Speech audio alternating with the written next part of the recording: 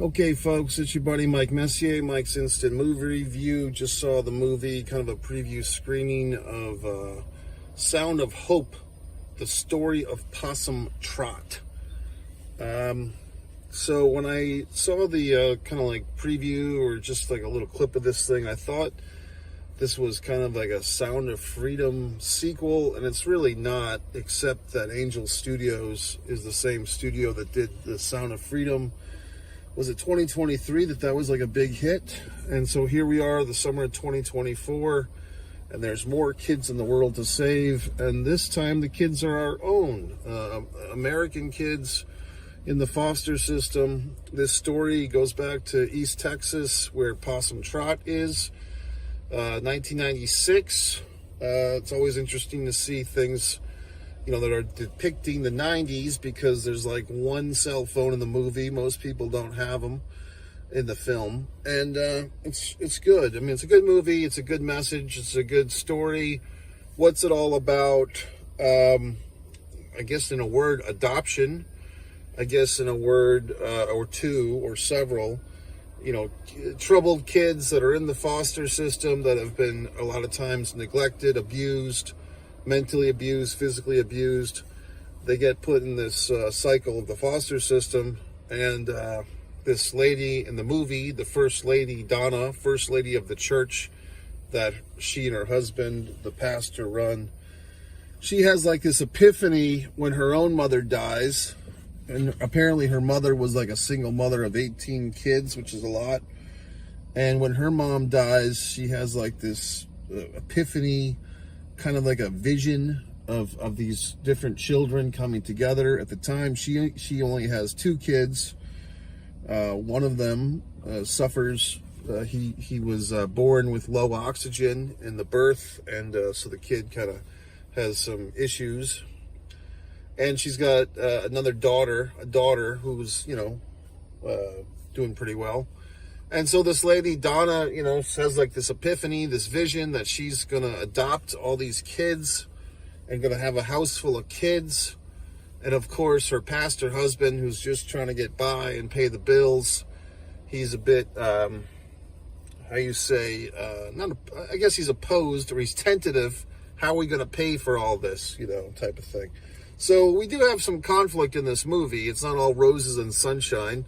The conflict initially is the husband going to get on board with adopting these children?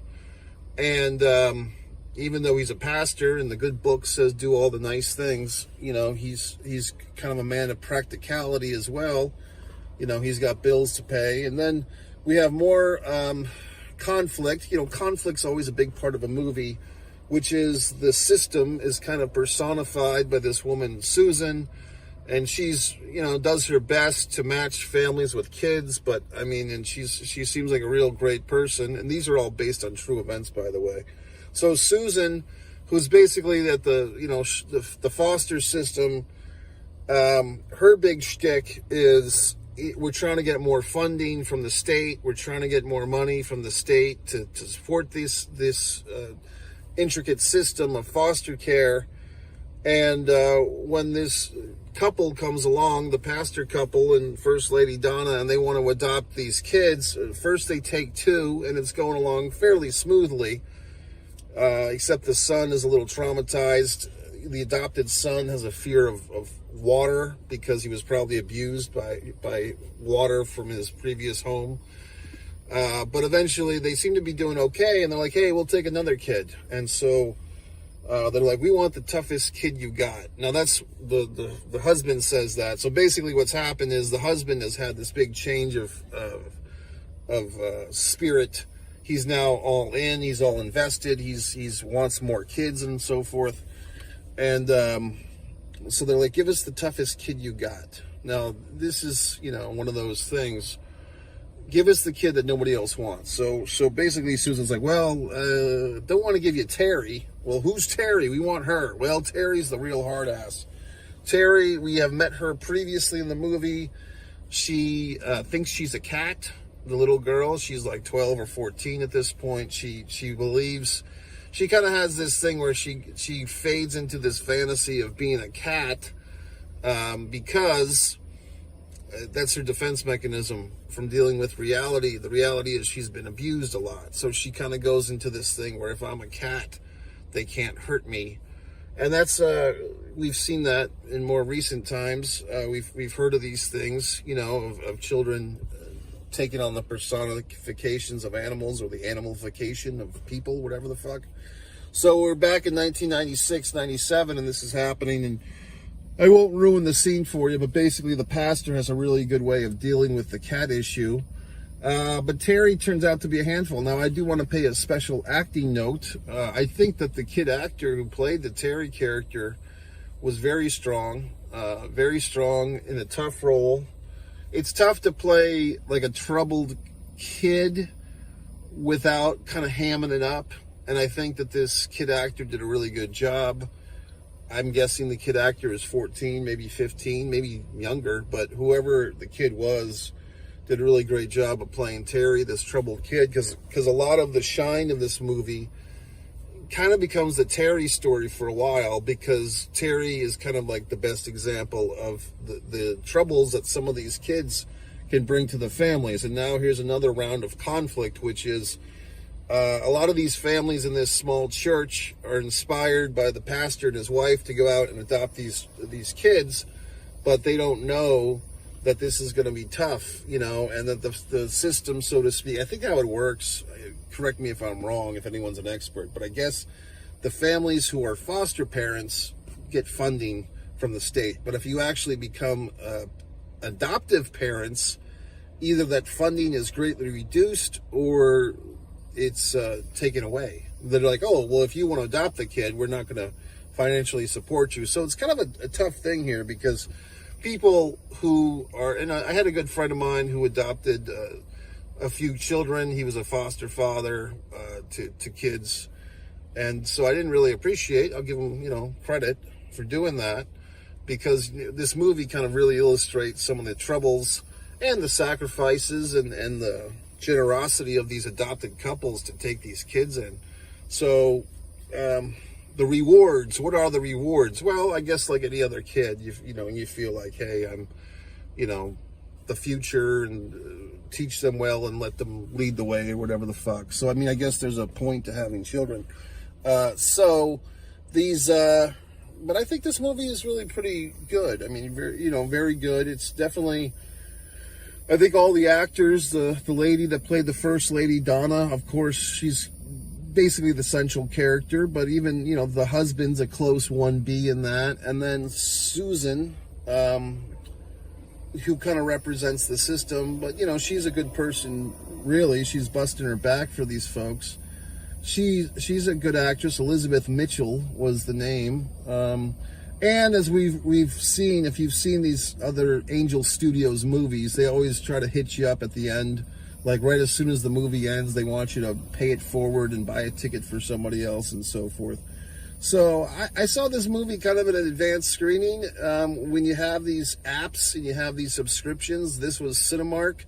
I think I saw this movie gratis, for free. But AMC, you know, I tell people this, they don't listen to me, sometimes they do. But the Cinemark subscription thing, it's like, I think it's $11 a month. You get one movie ticket a month, which is, you know, more than the value of seeing one movie. And the good thing with Cinemark is that those credits carry over, right? So you don't lose your movie if you don't go that month. It carries over. And you get all these wonderful things like this free screening. That'll happen every once in a while. Sometimes you get a discount on concessions and so forth. And AMC and Regal have even more intricate plans where you pay by the month and you get a bunch of movies a month. And I tell people this, and they don't always act upon it, but I try. I try to help people, and they usually don't listen to my advice. But anyway, I really like this movie. What can I say? I mean, it's a heart warmer. You know, you gotta, you know, I'm not a parent, so I can, you know, not appreciate it on the level of some people who might. But I mean, you definitely feel like, is there a crisis? At the end of the movie, it says 400,000 kids are in the foster system. You know, 100,000 kids are looking to be adopted. So I don't know how the numbers all work and everything. As far, you know, and I'm sure it's a complicated system, but if you are in a position to adopt or to be a foster parent, it might be something to consider. And this movie will probably stir your heart. So is there anything in this movie that I would say could have been improved or whatnot? I don't know, because I think with this movie, it did a pretty good job of making you feel like you were in someone's life, like you were in a slice of reality here. You know what I mean? Like you felt like these are real things happening. I don't know if there was anything that I could jump in and say, fix this or fix that. I mean, I was expecting, and it did happen, because this couple, you know, First Lady Donna and the pastor, I think he goes by MC or MK or something, Mitchell. Anyway, that's the husband's name. They have their own natural born daughter, and it's like, I'm just waiting for her to kind of explode and be like, fuck these other kids, you know. So eventually that happens. I mean, there's you see enough movies, you watch enough television, you kind of know, like, okay, the natural born kid is gonna explode because they're sick of these other kids getting all the attention, and eventually that happens. Eventually Donna has her little fit of rage as Terry continues to push the envelope. Like I said, the movie kind of becomes the Terry show after a while, and credit to that young actress, because I think she did a really nice job of not playing the boo-boo face, not playing like the puppy eyes for sympathy, but you know, playing a tough character that's hard to like, but somehow, you know, likable. And then at the end of the movie, they show you like all the people in real life, the real life people and the representations and such, and that was nice. So anyway, what the fuck? I mean, it's a good movie. It's emotional.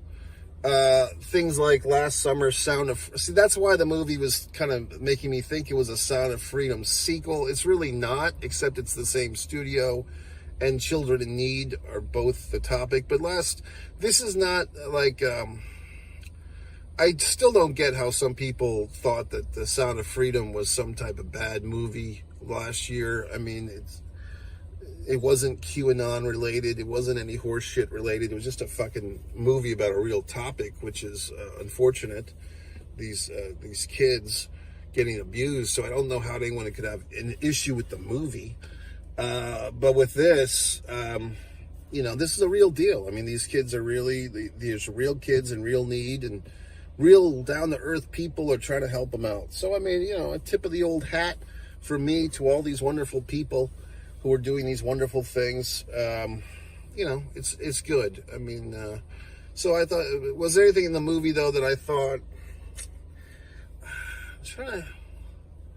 I mean, I think the thing is, if they're going to go down the path, which they did, of the Terry character, we don't really get into, like, what fucked her up. I mean, we kind of do. Like, why is she thinking she's a cat? Like, the thing with the cat, of me kind of saying that that's a defense mechanism, I'm kind of just winging it on that, because they don't really explain, like, why does she think she's a cat? They do show her in an early scene, like, in a foster family, that it was a foster woman that wasn't very good, and she had a cat, and Terry was kind of bonding with the cat, but we don't really get into why her mental process, and I don't know. So, I mean, you know, it is what it is. And also, there might have been a moment, I guess, when the father, the pastor there, like, he's really pretty reluctant. Like, he's pretty not wanting to do this, but his wife is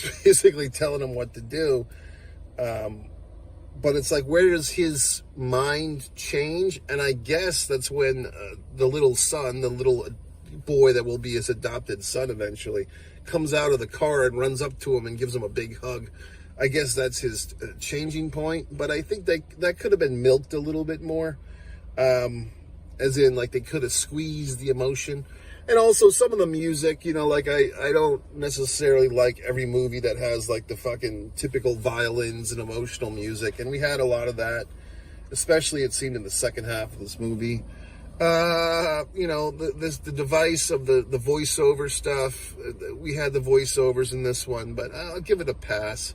You know, I'm not going to, it didn't bother me. So I thought it was a good movie. So MikeMessier.com, Mike Messier, One Man and a Camera Films for my movie.